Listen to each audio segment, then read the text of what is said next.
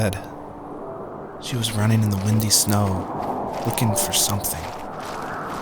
Do you think it has to do with you and what's been going on? I don't know. It was just a dream, Rachel. They're not meant to make sense. A lot's happened the past couple days, that's all. Well, if you're not going to sleep anyway, you should tell me. I want to hear. All right.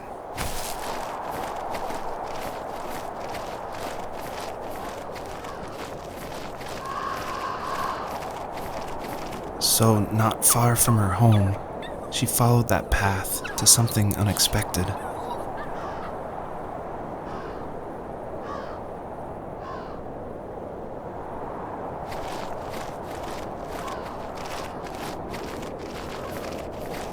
She couldn't stay, though. She had to find her other 2 children. So she took that path. She followed it towards something ancient. Something with answers.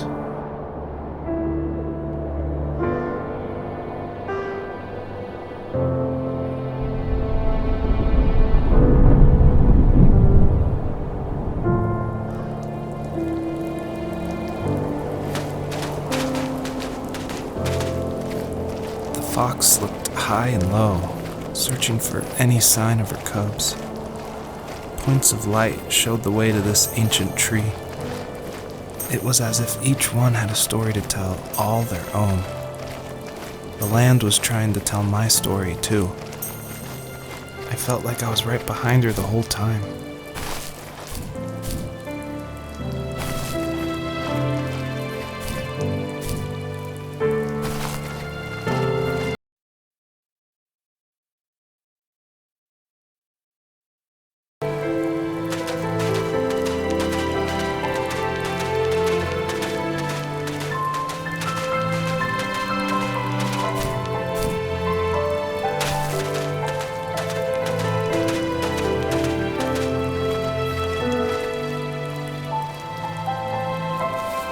Do you remember what my dad did for a living? Wasn't he like a lumberjack? That's one way of putting it. If wood was a canvas, then a carving knife was his paintbrush. Even after working a 50-hour week, even after his hands were more splinters than skin, he would bring home the nicest piece of Alaskan weeping cedar and make me toys. That wooden train was the first toy I can remember, and I loved it. I just knew from a young age I was going to be a lumberjack, like my father.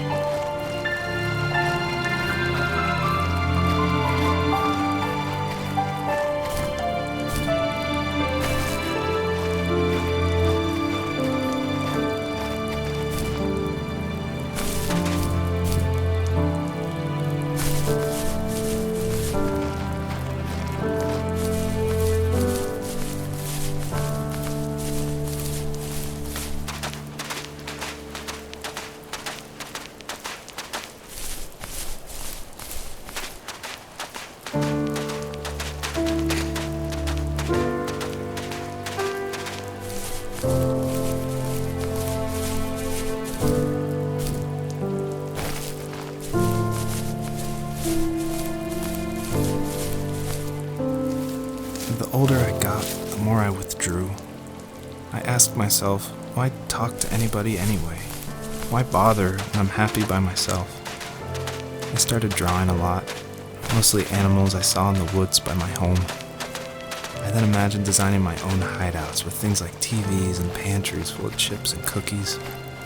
I think that idea of leaving home and drawing blueprints started my career. I found a lot of solace in that. I'm not surprised, but I did the same thing, you know? There's something special about having a place to call your own. And now look at us. Well, if you count.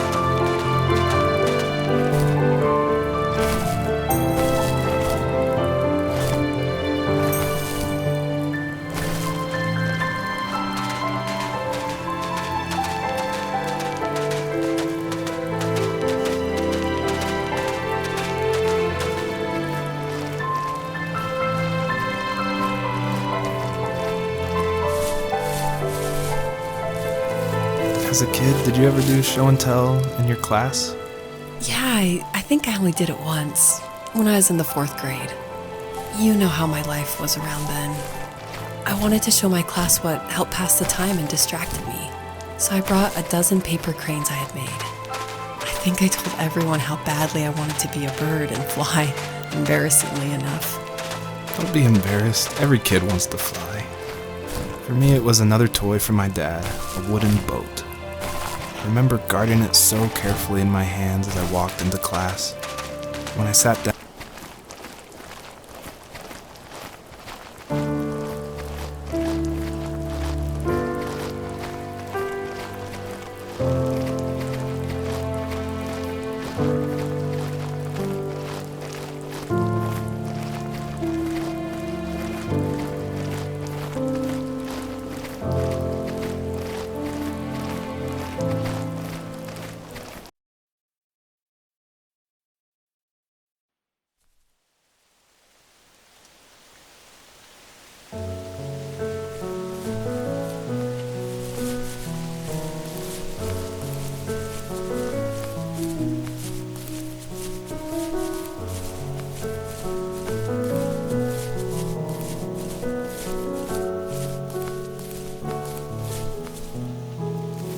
my teenage years were full of sketching, angst, and trouble.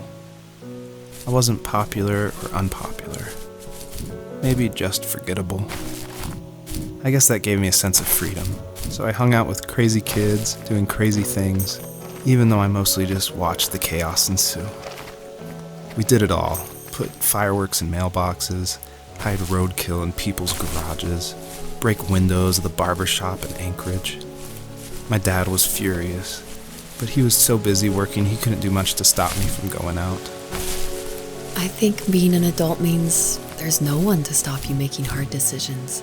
He had to make a living, and he couldn't be in 2 places at once.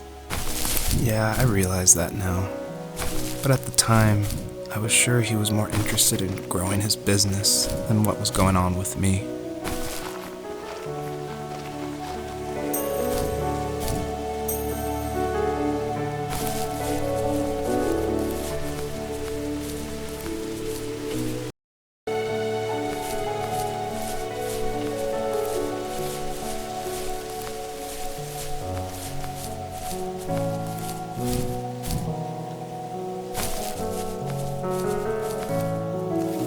He was working another late night, and my friends were over. saying how bored they were and how they had come all the way out to my house for nothing. One of them mentioned how that old, ugly beyond belief truck was still in the garage, and how we should take it for a spin.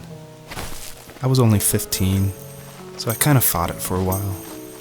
The next thing I knew, we were careening around the mountain path, rocks spitting onto the sides of the cliff, while my dad's cringeworthy bluegrass blared out the speakers. I drove while my friends were in the back of that yellow and purple truck, throwing beer bottles and trash at anything remotely interesting. Felt like I was soaring in the air with borrowed wings. But all good things have endings. A cop outside of Eagle River pulled us over after he saw us send a bottle rocket into someone's yard. What followed was a long night of talking to disappointed adults and feeling smaller than ever.